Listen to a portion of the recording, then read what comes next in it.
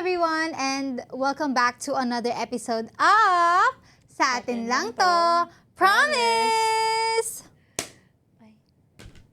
Episode 6, Panis. Who would have thought? O ngayon, tatanungin ulit kita, ano naman sabi mo naka-episode 6 na tayo? We've come so far. Ayun yung legit na we've come so far, hindi yung episode 3. Guys, ano? 3 times 2, 6. Pag 9 ulit, sabihin ko ulit yun. Hindi, kasi di ba no episode 3, tinanong ko siya, sabi ko, ano naman sabi mo, love, na naka-episode 3 na tayo? Sabi niya, we've come so far. Sabi ko, anong we've come so far episode 3? Ito episode 6, medyo valid na siyang sabihin. Okay, yung topic natin is... Guys, kaya kami nakaitim, na para bang namatayan kami. Ang topic kasi natin today, ang pag-uusapan natin is, di ba, sa mga Tom is boy at mga Bak isla, lagi sinasabi na tatanda raw tayong mag-isa dahil paano tayo makapag-produce ng anak? Well, gets naman. Paano nga naman kasi makapag-produce ng anak? Pares babae, pares lalaki. So, hindi makapag-produce ng anak. But the thing is, yun nga, lagi siyang sinasabi and it's painful. So, kaya kami naka-black kasi parang, it represents sorrow, pain, and pagwawaklas. Ano nga yung English ng nagluluksa? Grieving. Grieving sa what? Wala, feeling ko lang. Sa anak na di nabubuo. Oo, ganun na lang.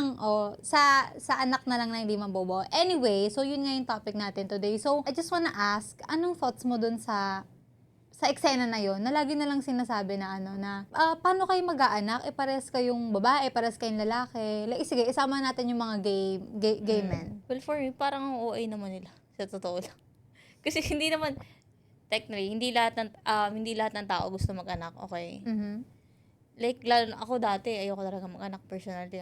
Kasi, I mean, parang what if yung anak ko maging kaugali ko, yung tigas ng ulo ko.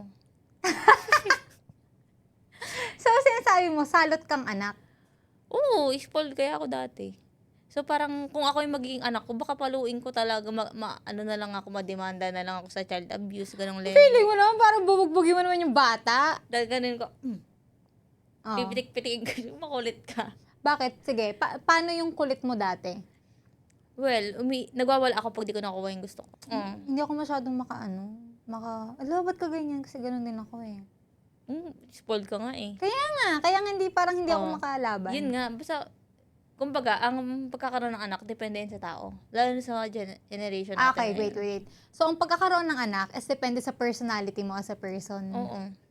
Kasi mahirap yun, parang lifetime yun eh. Hindi naman yung tuta lang na madalids lang after a few years. So, ang pagkakaroon ng anak is very big responsibility. Like, hanggang matigok ka nandiyan yung anak mo. Mm-hmm. Kung mahalagaan mo, pero kung iwan mo, di ba bullshit kang tao mo. Pero, ayun siya. So, I think hindi siya for everyone. So, how about you? Anong thoughts mo on having a child? Well, ako, ang thoughts ko on having a child, talaga siya, like, lifetime mo siyang bit-bit sa'yo. Tama. Kasi ako, okay, hindi pa ako nabubuntis, hindi pa ako nagiging nanay, pero may idea na kasi ako paano yung magkaanak. I think, di ba kasi may kapatid ako, si Dom? Hi, Dom! Okay, kikiligin niya pag sinoutout ko kasi nanood siyang podcast natin. Hi, Dom! So, yun. And yung kapatid kong yun, guys, siya ang pinakamahal ko sa mundo, like top 1. Palagi ko yung sinasabi sa kanya na siya ang pagmamahal ko, siya ang super loved of my life. Kasi, totoo naman. Loved so, naman talaga. as much as I love him, si Dom, difficult talaga magkaanak. So, yun ang thoughts ko doon. Like, talagang yung difficulties, lahat-lahat. Pero kasi, I think kaya palaging sinasabi ng mga mama na oo, yung mahirap manganak, mahirap magkaanak, pero, kumbaga, oo, mahirap, pero yung joy of having a kid, mapapalitan yung Joy? pain nun. Bakit ganyan yung face mo? Joy! Ba't kumukulot siya? Ay, kumukunot Okay, siya. wala mo na tayong comment sa ngayong moment na to. Mamaya na. Guys, alam ko namang napansin nyo sa mga last episodes, ayos ako ng ayos ng buhok. Kasi, hindi pwedeng ugly ako Like, hindi pwede yun talaga. So, ayusin ko Ayos muna siya naman for a yung while. Since napag-uusapan na nga natin yung difficulties of having a child, so ngayon, pag-uusapan na natin yung responsibilities. Kasi sobrang daming responsibilities. Ano naman yung face mo? Ito, hindi pa nasanay sa akin eh. Okay, anyway. So, di ba, kanina sinasabi natin na ang pagkakaroon ng anak is huge and lifetime responsibility talaga siya. Kasi, para sa akin hindi natatapos ang pagiging magulang mo kapag, kasi di ba sinasabi, pag 18 na yung anak ko, layas ka na, doon ka na, shh ka na. Kasi legal age na, di ba? So, pala, tatawa ko Naisip ko kasi yung mga ibon na tinatapon sa nest eh. Alam niyo, ang weird nito ni Ripa nga. Sa totoong buhay lang. Like, okay, kapag nag-uusap kami ng kami lang, tapos like may mga pinag-uusapan kaming tao sa tao, biglang ihahalin tulad niya, i-example niya yung pinag-uusapan namin sa animal. Like, may sinasabi niya, hindi, yung mga cows kasi ganito. Yung mga goat kasi ganito. Eh bakit? Same lang naman tayo. Ang mga animals, nagkakaanak din. Oh. Yung mga, alam mo, ang mga animals and sa human, very similar tayo in terms of parental things and mga nangyayari sa life. Sa totoo lang, ako ina-observe mo sila. That's my, thoughts. So, ano naisip mo kanina?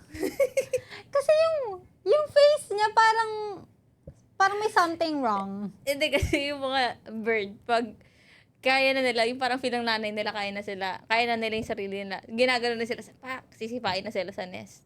Para mag-fly na sila. So, I think very siya dun sa sinabi mo na, pag 18 na, sure na. So, yun, guys. Tapos, alam niyo yung mga repost nito. Kung i-check nyo, kaya parang sure talaga ako hindi talaga ito mag-cheat sa akin eh. Kasi, alam niyo FYP nito, pag chinek nyo, puro mga tinapay, puro mga cake, mga pagkain, mga dessert, yan, mga favorite kasi niya yan, tapos mga kakanin. Tapos, kung hindi naman pagkain, puro mga animal, yung mga farm animals, or yung mga nasa wild. Tapos guys, okay, sorry medyo malayo na to, pero kwento ka lang. Kasi, yung iPad ko kasi, syempre, nakikinood siya dyan. Biglang ang iPad ko, puro Pepito Manaloto, Midnight DJ, mga kung ano na pinapanood ko, ganun yung mga nandun. Tapos magugulat ako, pagka napahiram ko na sa kanya, babalik sa akin, may mga wildlife na, may mga, ano nga tawag doon? Yung mga geographic channel na. Oh, that's, very educational. I mean, okay na nga sa akin yung kaysa mga kung ano na naman pinag-itingin natin. Anyway, okay, so going back to our topic. So, yun nga, responsibilities of having a child. So, balik ako sa sinasabi ko kanina. Kasi, yun nga, hindi natatapos ang responsibilidad ng magulang kapag 18 na yung anak, right? Tama. At, Ano ba yun? so ngayon, pag-usapan naman natin yung mga responsibilities talaga ng magulang. Like, ano ba sila? Kasi we have here, okay, una muna, financially. Kasi parang feeling ko, ayun ang root. Kasi parang in order for you to nurture your child or your children, you have to have something. Oo. Kasi simula pagkabata mo pa lang. Pera agad yun eh. Diyos ko, pag nabuntis mo yung asawa mo, check up agad yun. Oo, yun. Pera agad. Pera agad yun. Pera. Kaya talaga unahin natin yung kasi pera agad yun. Oo, pag anak mo pa lang. Oo. Magkano ang St. Luke? Sabi mo ng St. Luke's ka. 100K. No, 200, 300. Ang Almost St. 700 Luke's, yung diba? nakita Sa mga ko. napanganak na dyan sa St. Luke's. Kasi may mga ano pa yun eh. Pag ako pala nanganak, gusto ko sa Big Four ako na hospital kasi or sa St. Luke's. Kasi sa St. Luke's. Sinasabi ko na sa kanya pag naganak kami kasi may steak doon pagkapanganak mo eh. Steak. Oo. Papakatay pa ako ng baka para sa'yo. Hindi nga, totoo nga, akala nagjo-joke Totoo ako. nga. Tapos may mga 'di ba pag sa St. Luke's ka nanganak, bukod sa may steak, may mga free Mga baby stroller, essentials. mga Mga stroller, mga ganyan-ganyan. Hindi pa rin steak talaga kasi parang feeling ko, yung mga gamit ni baby, bibili naman talaga natin yun eh. Hoy, kasi ang mga mama, pag nanganak sila, kasi guys, may mga nakausap akong mama, part ng postpartum kasi nila yung parang pagbibisita sa hospital, yung baby lang kinakamusta. Oo, kaya parang for me, big thing yung steak. Hindi nga, pag nanganak ka, sige, pag nanganak ka in the future, papakatay ako ng baka, tapos papagawa ko steak 10 hanggang sa mabusog ka. Siyempre, reward ko yun, no? Ako Kaya na nga nga. nanganak eh. Kaya nga, wala. Sinasabi ko nga reward, bakit parang nagagalit ka? Hindi, natutuwa nga ako. Kita mo yung Oo. face ko. Oh, Ganda ko, ganyan diba? dapat. Ganyan dapat. Okay, so yun Oo. nga. Responsibility nga financially ang pagkakaanak. Oo. Medyo na makalaki. Mag-aaral na yan. Ayun na. And then, una muna, buntis. Ano ang mga babayaran ninyo? O yun. Ultrasound, check-off, vitamins, milk ni mom. Mm. Kasi magpapasusa si mom. At mga siya, ang mga nutrients pupunta sa tummy And sa movies. and sa boobies. And then after nun, pag lumabas na si Vivi, Oh. Pampers. Pampers, Milk. milk. Kasi di ba din kawawa naman yung ano ng mami, yung boobies naman. Kasi masakit daw yun, guys. Masakit Uy, daw totoo! yun. Alam niyo ba yung pinsan Bakit ko? napadede ka na? Hindi! Like si ate. Hi, Ate Erika. Si Ate Love, kasi nung nanganak yung ate ko, si Ate Erika, pinsan ko yon. So, syempre, binisita ko siya. First time mom siya. Te, pagtingin ko sa dede niya, talagang parang puputok na yung dede talaga niya. Tapos, di ba si CJ, dumadede, sabi ni CJ, mama. Tapos si ate, sabi ni ate, yung mukha ni ate, gano'n, no? Aside from that, mga vitamins kay M&M. O, pag lumaki pa ng konti, nursery. Yeah. Skull. O, tapos mga toys. Magamit-gamit, mga toys, mga entertainment ng bata, clothes. Siyempre, kailangan, saan mo kukunin yung clothes? Ay, mag-magic ba yun na mag-appear? Kailangan ng Tama. pera doon. O, tapos pag nag-elementary na. Kahit public yan, may gastos pa rin yan. And alam mo ang pinaka-gastos talaga? Mm. Basic needs, pagkain. Oh. Okay, guys, last time kasi, sleepover pa tawag doon, or day, 2-day vacation. Oo, 2 days and 1 night. So, 2 days and 1 night vacation yung mga younger cousins ko sa condo. So, ako okay lang talaga ganyan. Eh di, syempre, alam namang pabiling ko pa sila ng pagkain nila and everything. So, syempre, since sa place ko naman yun, eh di, ako na ang sumagot. Kami kasi, ni naka-meal Naka-meal prep kami. Yeah, naka-meal prep kasi kami. So, parang kami, ako personally, twice a day lang ako makain ng meal. Ikaw ba ilan? Mga tries. 2 or 3. Kasi Kasi may mas- snacks eh. Tsaka mas maraming calories kasi kailangan mo. Mm. Okay, so anyway, ako, 2 lang. Ito si Rick, bala siya kumain ako anong gusto niya, basta may pagkain kami. Eh, syempre yung mga pinsan ko, guys, hindi naman nakakainin yung mga pinagkakakain namin. Tulad nung nakaraan, ang ulam ko, nilagang cabbage, na may itlog, na may tokwa. So, kakainin ba nila yun? Baka sabihin nila, hala, si Ate May naman. Parang kambing naman siya Parang kambing naman kami. So, yun. So, syempre, tsaka sila, sure ako, kasi ang typical kasi na Pinoy, 3 beses kumakain, di ba, sa isang araw. So, sila, syempre, sure ako na, sanay sila na thrice a day sila kakain. So, syempre, pinaglutuan ko sila. Breakfast, lunch, dinner, iba-ibang mga putahe yun. So, dun ko na-realize, sabi ko, love, grabe. Pag nag-anak tayo ganito, tas araw-araw ganito, so imagine yung gastos.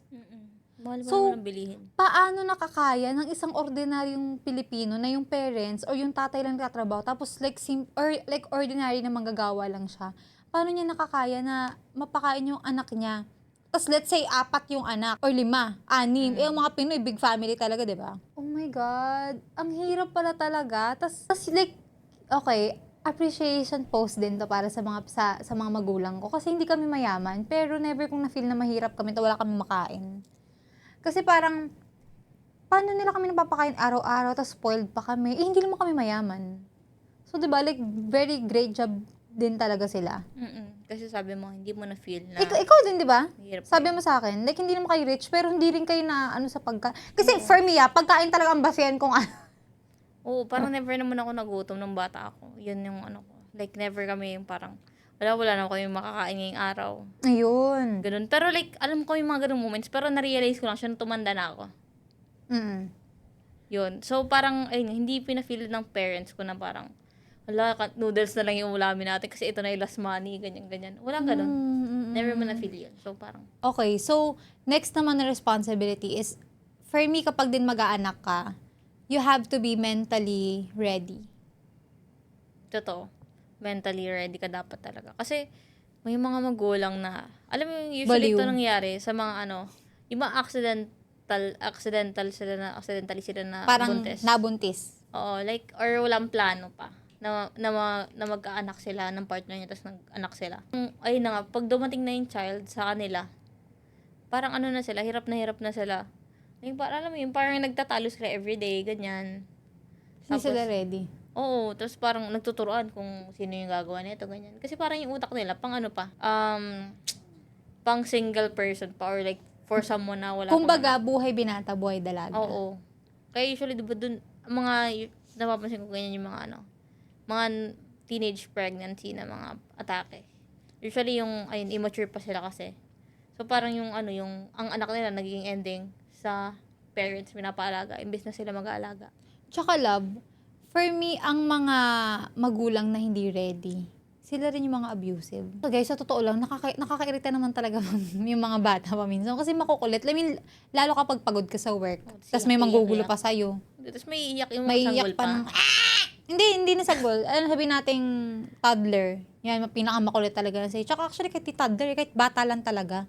Like, as much as you love them, talagang, di ba, kaya nga maraming mama ang na-overstimulate. Kasi talagang nakaka-overstimulate naman talaga ang mga bata. No hate on children. I love children. I love my brother, my baby brother. It's just, sometimes, nakaka-overstimulate talaga sila. So, minsan, parang, pag hindi ka ready mentally, like, hindi mo ni-ready yung sarili mo sa chaos na yung everyday chaos mo na yun. Doon ka mauugahan na parang, doon mo mapapalo Parang ng gusto mo nang sobra. itapon. Ganun. Oo. Kaya nga, di ba, may mga cases na parang, like, months pa lang yung baby, kasi di daw tumatahimik, ginugulpi nila. Alam, ano nga yun? Shaken baby syndrome. Oo, yung gano'n, yung ba na-shaken baby Babaliw. syndrome. Kasi parang, tumigil ka na, ginaganon nila. Huy, wag nyo kayo shaken baby syndrome yung mga anak nyo. For example guys, hindi pa to baby, pero yung si Kelly, nung baby kasi si Kelly, yung puppy namin. Sobrang iyak siya ng iyak, tapos kami parang, ipapareho na namin tong batang to, hindi na namin kaya. Kasi super, nagsisepang siya, tapos ang ingay niya pag hindi kami katabi. Tapos kami, parang, wala, hindi ganito yung na-expect namin na life. Tama. Kaya nga guys, actually, nung kay Kelly, nagka-puppy blues talaga kami. And alam nyo, na-feel ko na yung postpartum. Well, alam kong hindi pa yun yung rurok ng postpartum. Pero, kumbaga Almost the same task kasi sila. medyo. Like, sabihin natin mga 30 or 40% ng postpartum. Kasi parang, kasi syempre, nakuha kasi namin si Kelly ng baby pa talaga. So, parang yung baby lang. Kasi ako love, na-experience ko na kay Dom yun. Tulog ka na madaling araw. Gigising ka. Nagising, kailangan mong gumising. Kasi alog-alogin ba? Oo, si Dom, kailangan mong ganyan-ganyanin. Pabebein. Tapos si Kelly naman, kailangan mong samahan, magpakita kay papawiwiin mo, papakainin mo. Basta yun, di ba parang mentally, talaga siya? Draining. Draining siya. Mentally draining talaga ang pagkakaroon ng anak. So, kaya nga iba, nagpapa-counseling pa nga para i-sure kung, like, ready na ba tayo, ganyan, ready ba tayo mag-anak. And that's on being a responsible parent. Sana lang yung sa mga Gen Z ngayon, maging responsible tayong parents. If ever na gusto nyo mag-anak, pero kung ayaw nyo, that's okay. But I feel like, I feel like most of the Gen Zs, most of us Gen Zs, maging responsible na tayo. Kasi, alam na natin, kumbaga na-witness na natin sa mga parents natin na millennial or boomer yung hirap ng may anak. And syempre, bilang merong mentally, syempre yung physical din. So physically, consuming din talaga ang magkakaroon ng anak. Kasi kagaya nga nung sinabi namin kanina, pag baby pa lang, kailangan mong bumangon every morning. Actually, wala oras. Babangon ka talaga kung kailan nila kailangan. Kasi kailangan ka nila and you are their parent. Wala ibang titingin sa kanila unless may help kayo. Ngayon, pag naging toddler na yan, pasok sa school, ganun din. Oo, magkano ka talaga? Kikilos ka din. Sigasuhin mo talaga. Unless mayaman ka, may pangyaya ka. Di ba? May pang-angels ka, may pang-helper ka, okay yon. Oo. Tapos, parang feeling ko, makakapahinga ka lang kapag kapag high school na. Pero hindi nga kasi iba high school. Kasi nung grade 7 ako, or grade 8, yung iba kong schoolmate, hinahatid pa talaga. Ako ganun, sundo ako hanggang grade 8, grade 9. Ako din naman. So yun, parang tas syempre pagkain mo, matanda Babaunan mo pa yan. Magre-request na yun, gusto ko ngayon. Maarte na yan. Oo. So yun, very siya. Like parang physically, mentally, you have to be ready to be a parent. Kasi, ang baby or anak nyo is someone or individual na may desire sa life niya.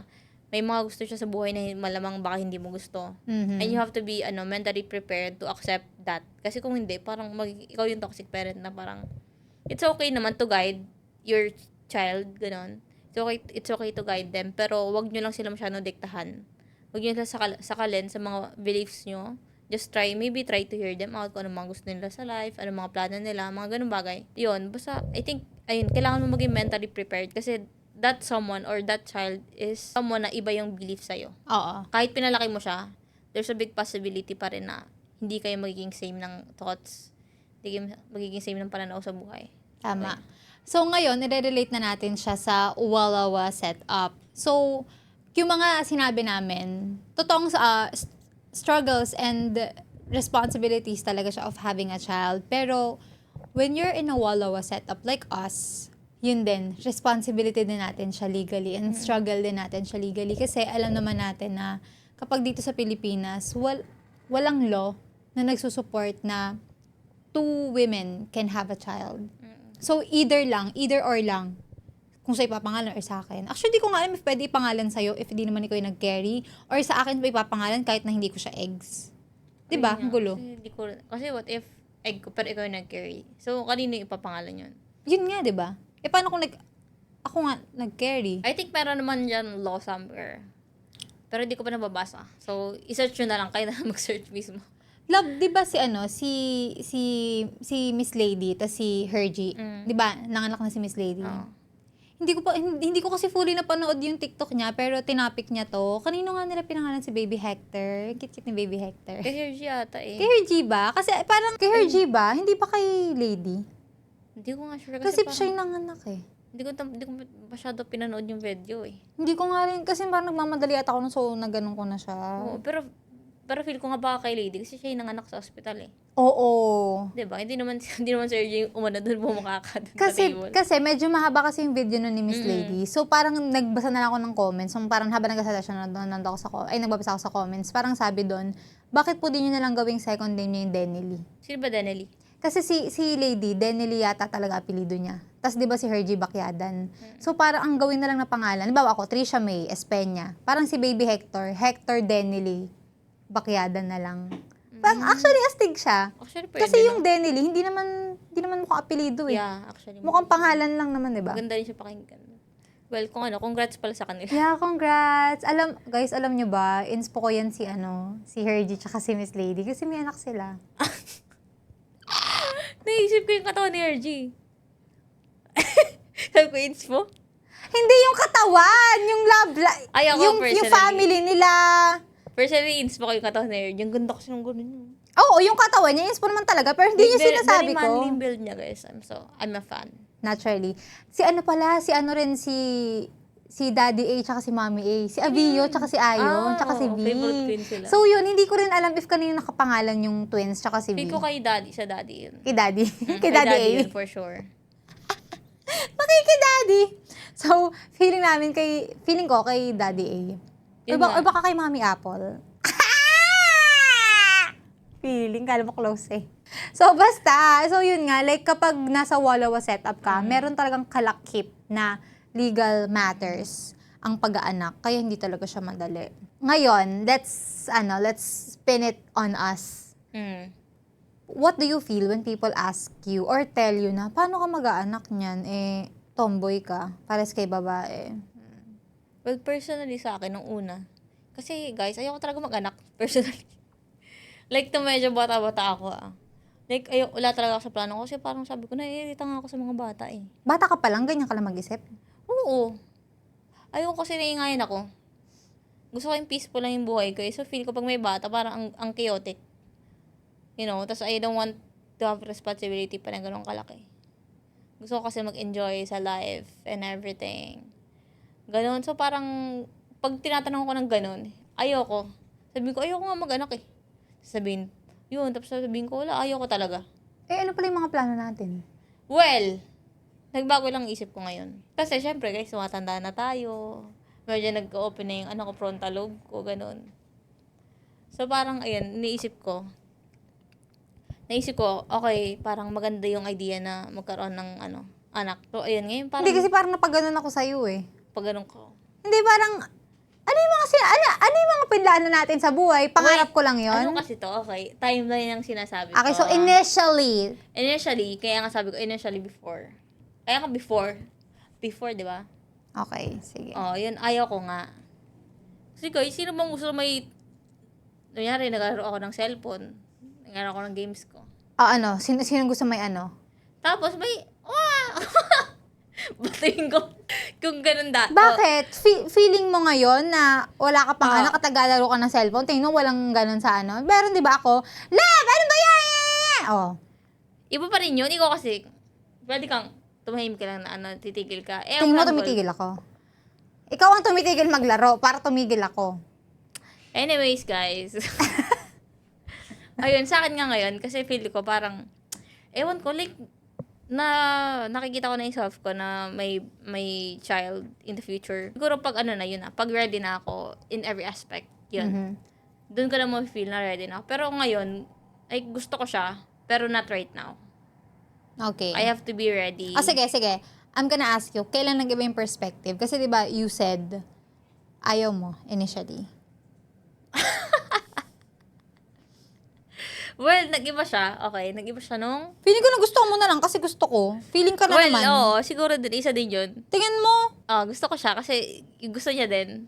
And at the same time, parang since ang dami ko na nga nakikita sa community, yung nag-anak, yung mga nakikita natin online, parang ang saya-saya nila.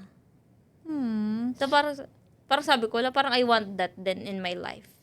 But, ang sabi natin, we have to be super yaman. Oo, guys. Kasi we really need help. Oo, if ever na mag-anak kami, gusto ko yung ano kami, mega rich na kami, yung pag ano, kaya ko na mag-provide ng 5 yaya, ganun yung isa taga-punas ng tae, isa taga-punas ng ihe, yung tag-iisa sila. Tag-iisa silang role sa buhay ng baby. Kasi syempre kami, magpapayaman kami niyan. So yun, gusto ko meron pa rin kami individuality. Tapos ayun, kasi pag nag-hire ka naman ng yaya or like ng nanny, hindi naman ibig sabihin na irresponsible yung parent ka. Help lang. Oo, ibig sabihin nga mas responsable ka kasi Nag-work ka. oo, nag-work ka, tsaka hindi mo hinahayaan na yung child mo is napapabayaan. 'Di ba? I think mas okay yun. So, ikaw, what are your thoughts on having child or children? Ako, parang I've always seen myself becoming a mom. Talaga. But, it changed. Dramatic to. But it changed. Feeling. Hindi, like, lagi ko talaga nakikita yung sarili ko na magiging mama ko.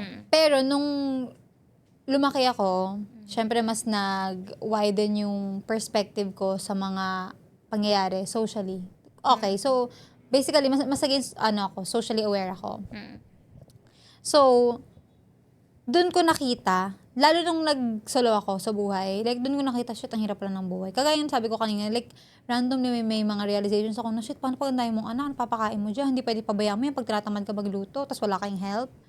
Like, ano talaga. Ang dami ko rin kasi nakikita online, yung mga, at saka, yung mga hindi lang online, yung mga personally, kakilala ko lang din talaga na, nahihirapan sila sa buhay nila kasi mahirap kasama yung partner nila. Kumbaga, hindi. Mahirap ang motherhood because of their partners. That's why ako, tinatakot talaga sa sarili ko. Mag-aanak ako, and pwede rin hindi ako mag-aanak. Number 1, mag-aanak ako if we are financially stable.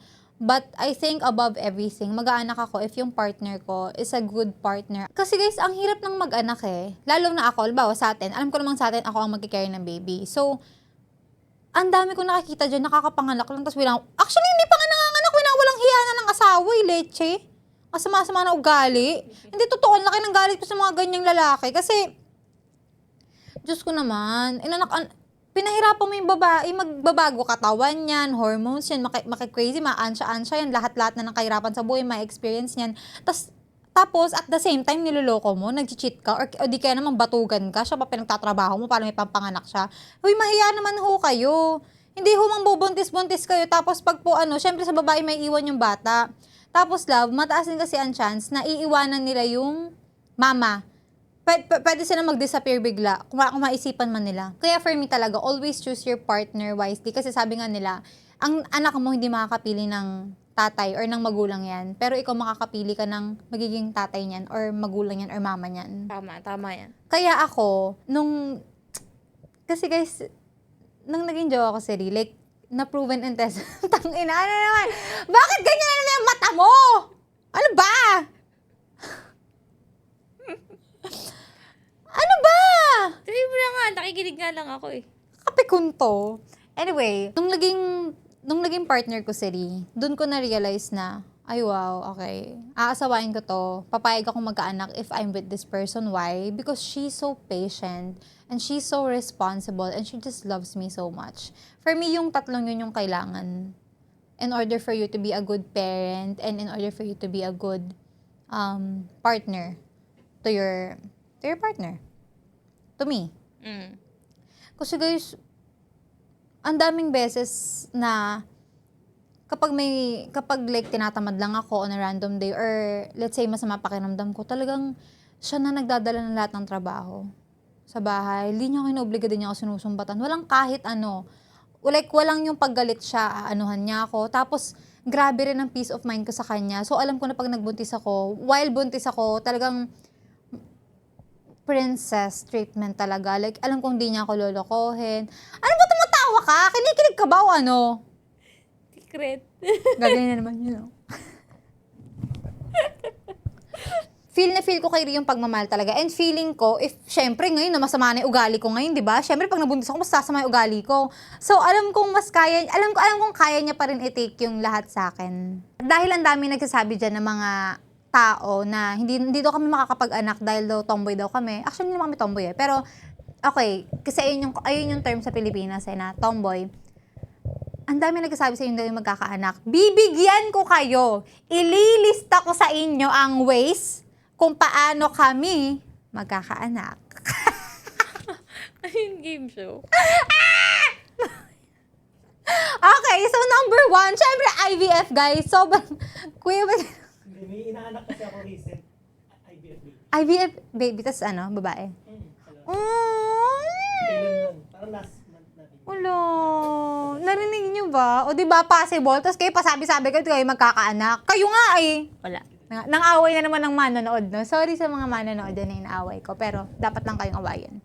Okay, so, anyway, IVF, guys. Okay, so what can you say about IVF? Tell them! Tell them! Go tell them. Ano sasabihin ko? About IVF, like, the procedure. Guys, hindi ko siya masyadong na-research. Ako na. Okay, siya na daw. Okay, so for Walawa couples, there's a thing or there's a procedure that's called reciprocal IVF. Actually, hindi lang siya IVF basta. It should be RIVF. Yun nga, reciprocal. Kasi, so sa RIVF, yung egg niya, ipapasok sa machine, sa lab. Tapos, kukuha ng sperm donor. Yung sperm donor itutusok doon sa itlog, i-inject para sasim siyang ganyan. So, yun nga, ipapasok yung sperm cell, i-inject sa egg cell para mabuo. Ngayon, pag na-fertilize na at naging zygote na siya, tama ba yung nagsasabi ko? But anyway, basta kapag na-fertilize yung egg or pag nabuo yung egg, tsaka siya ipapasok to my body. And my body will carry the baby. And then, my body will give nutrients, blood, life, and everything to the baby. So, kaya siya reciprocal IVF. Pero guys, sobrang mahal ng reciprocal IVF. Super. And, gagastos ka ng milyon, tapos yung milyon hindi pa siya sure. Yeah, minsan kasi nag-fail talaga siya lalo na pag hindi daw strong or hindi healthy yung Oo. Yung sperm egg. tsaka egg or Yeah. whatever. Or yung So, na-fertilize yung egg. Okay. So may ano din siya, may risk factor din talaga kahit gumastos kayo ng mahal, hindi siya guaranteed na magiging effective. Kaya talagang okay, guys, ang IVF, hindi lang siya science. God din siya. So, pray to God. God, please give us a baby. Mga ganyan. Okay, so next naman is IUI. Yung IUI, hindi ko alam yung kaya di na ako magsasalita. Alam ba yung IUI? Hindi rin. Search nyo na yung IUI.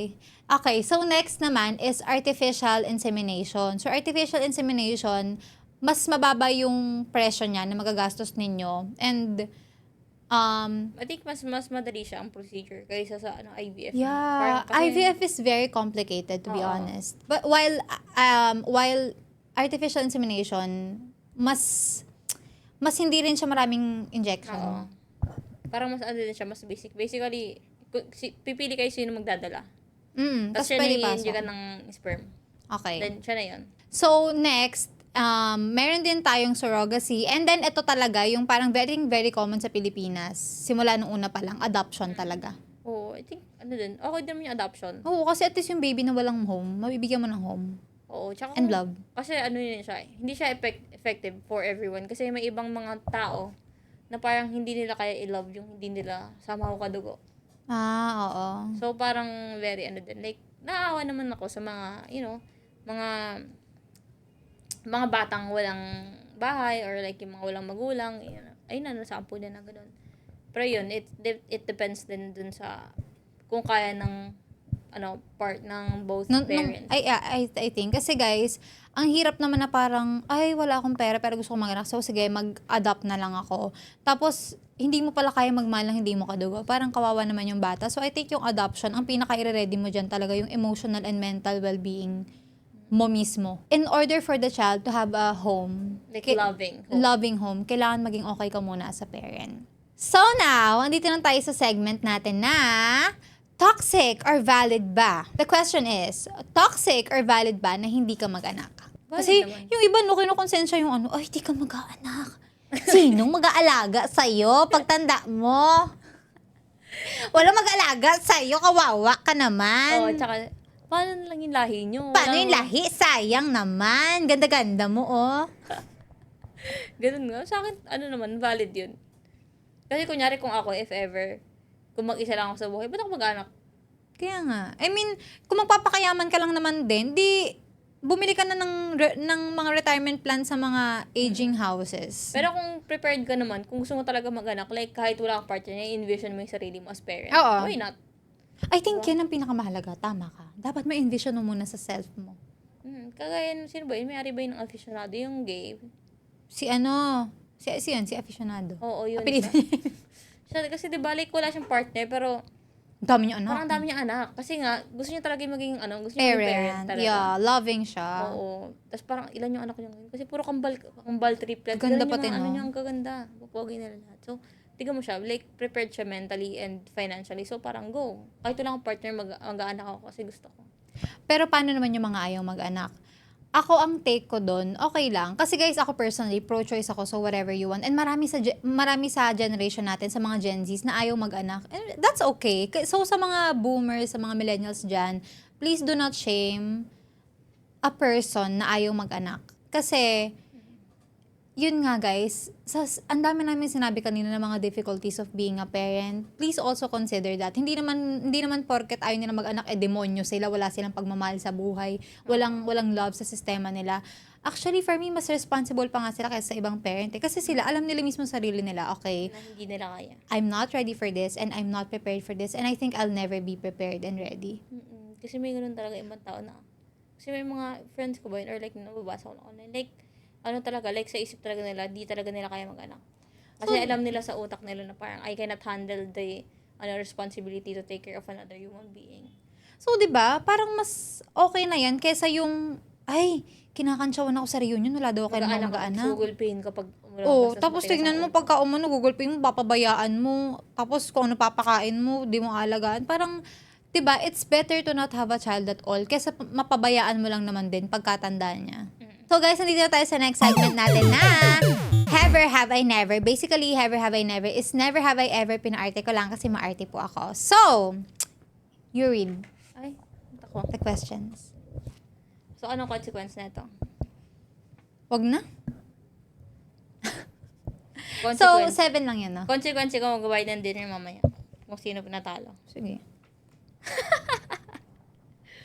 Okay. Ever have I never inimagine na magiging magulang in the future? Wait, counted ba to before us or Di! Sa buong buhay mo na yan! bubuhay na to?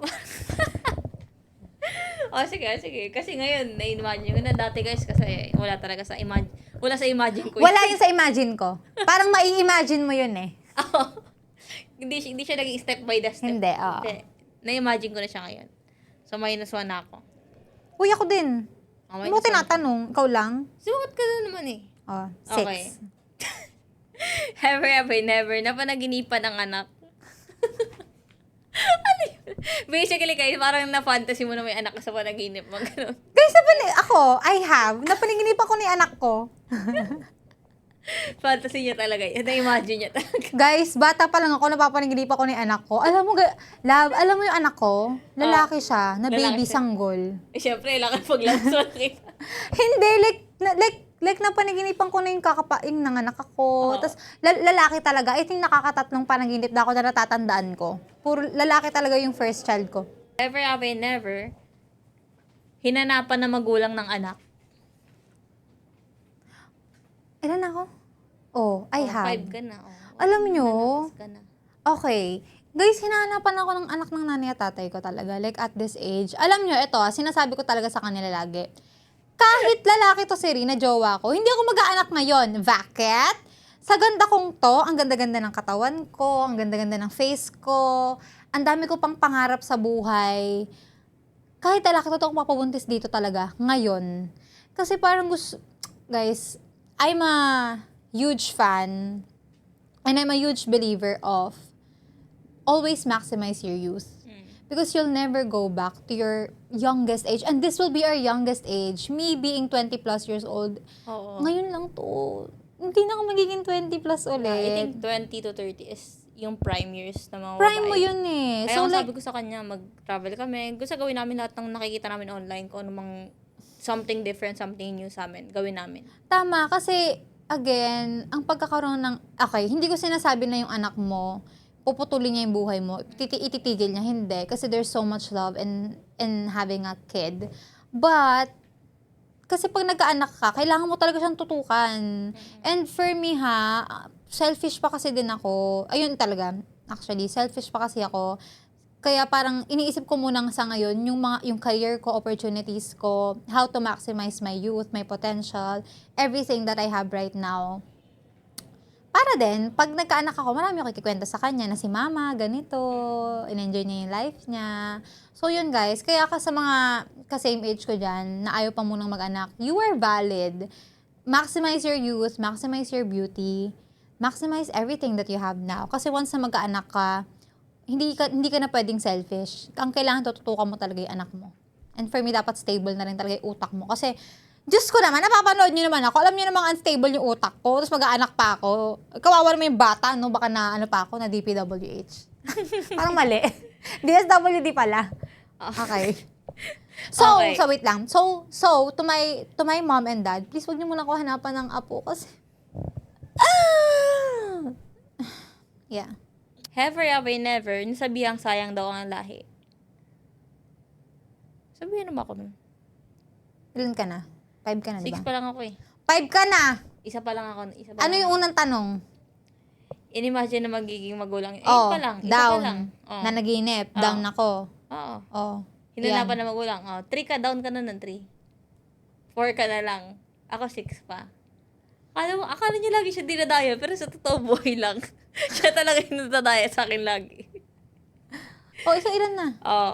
Hindi ka pa Hoy, sinasabihan ka kaya nasasayang yung lahi mo. Kaya iniisip ko nga eh. Inisipin na mabuti. Oh, I think, sinabihan na ako niyan. So, 5 na lang ako. Ako Ikaw? 4 pa din. Di ka sinabihan na sayang daw lahi mo? Wala pa nagsabi sa akin. Sayang ganda ko. Ano ba? Parang feeling mo I'm a liar? Oh, sige na. Okay, next. Have I never, nasabihang mag-isa tatanda kasi hindi magkakaanak. Sabihin ka na ba nun? Parang I have. Yung mga tito ko. Okay. Well, hindi nila sa akin sinasabi directly, pero chinichismis nila.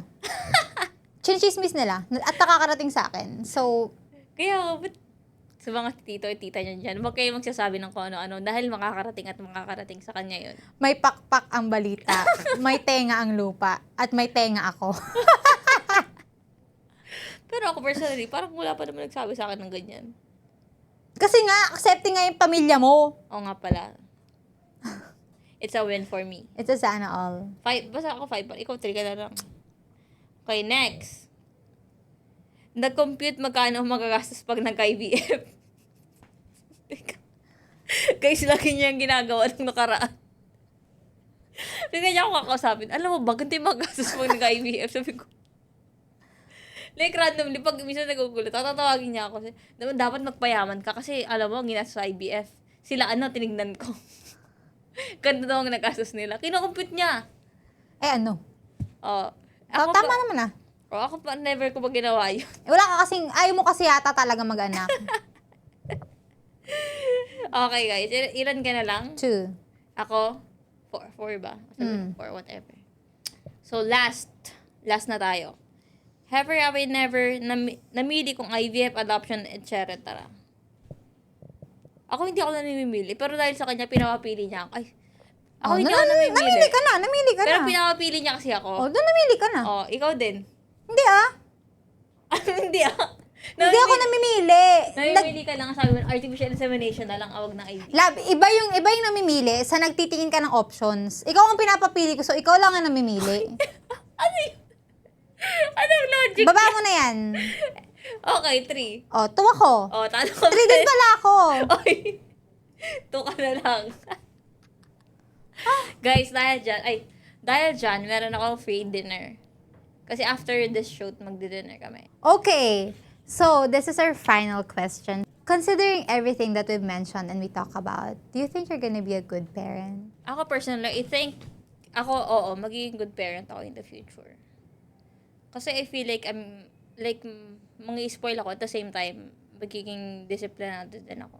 Like, I will discipline my child or children, kung ilan man yun. Tsaka, ewan ko, like, very kasi ako eh. Hindi naman sa iniisip ko sila as pet ko. pero, Animal na like, naman. Pero like, feel ko alagaan ko sila kasi maalaga na nga ako sa mga animals ko eh. What more pa sa anak mo, no? Oo, like very na ako. Like, yung hamster ko guys, namatay hamster ko, umiyak ako. Nilibing ko pa siya.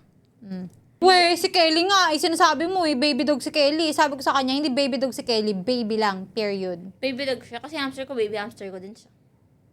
Whatever.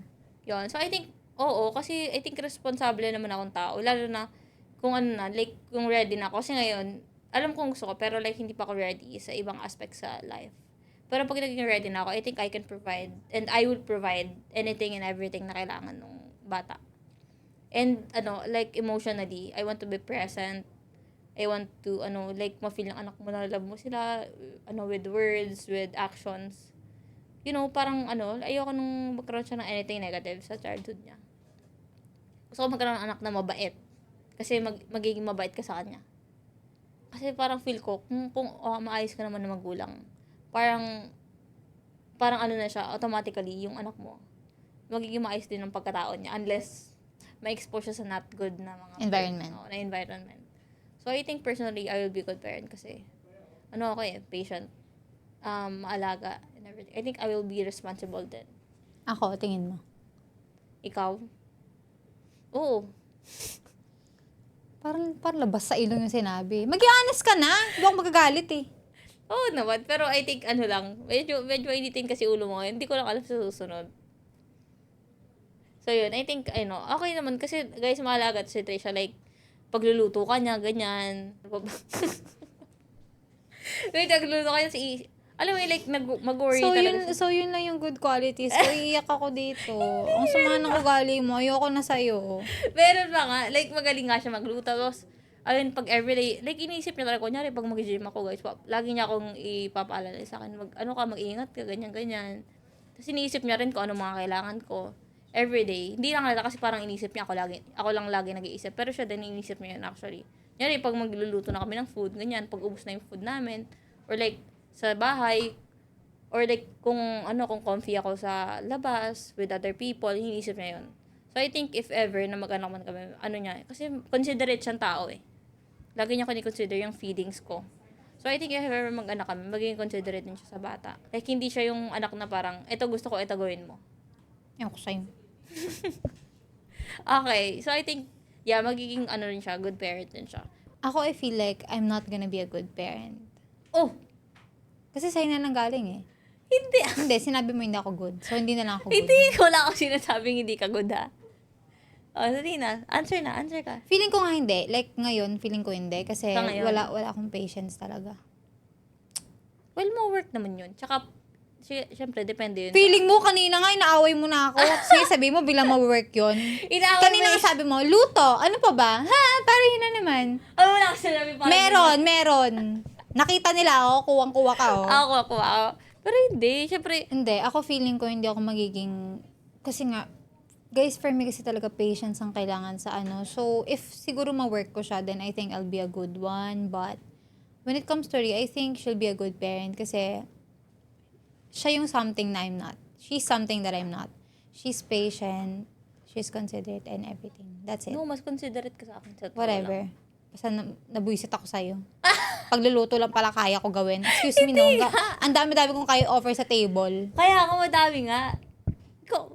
Guys, Sa mga lolo't lola dyan, kung gusto nyong magkaroon ng okay na apo, maging okay muna kayo na magulang sa mga anak ninyo. Para syempre, kung ano yung malilearn nila sa inyo, yun yung apply nila sa mga anak nila. So, that's it for this podcast. I hope you guys enjoyed. And if may mga suggestion kayo, may mga comments kayo, or nakarelate kayo sa mga pinag-usapan natin, huwag kayo mag-hesitate na mag-comment kasi, swear, binabasa talaga namin yan. And actually, may mga nagko-comment! Natutuwa ako na! May mga nagko-comment sa atin. Alam nyo kasi, parang nung una, inisip namin, meron ba may mga pake sa atin? Kaya guys, please mag-comment kayo ng mga reaction nyo, thoughts nyo, or kung nakarelate kayo, or own story nyo in relation to this video. Kasi super natutuwa talaga kami kapag nagko-comment kayo, binabasa talaga namin. tsaka pag may mga nagme-message sa mga page natin. Oo pala, may nagme-message din pala. So much love to all of you guys. So, yeah, do not forget to subscribe to us, click the notification bell para ma-notify kayo if may bago kaming episode. And then, like, share, comment on this video. And then, yeah, huwag niyong kakalimutan guys na lahat na pinag-usapan natin ngayon, sa atin lang to. Promise! Mwah!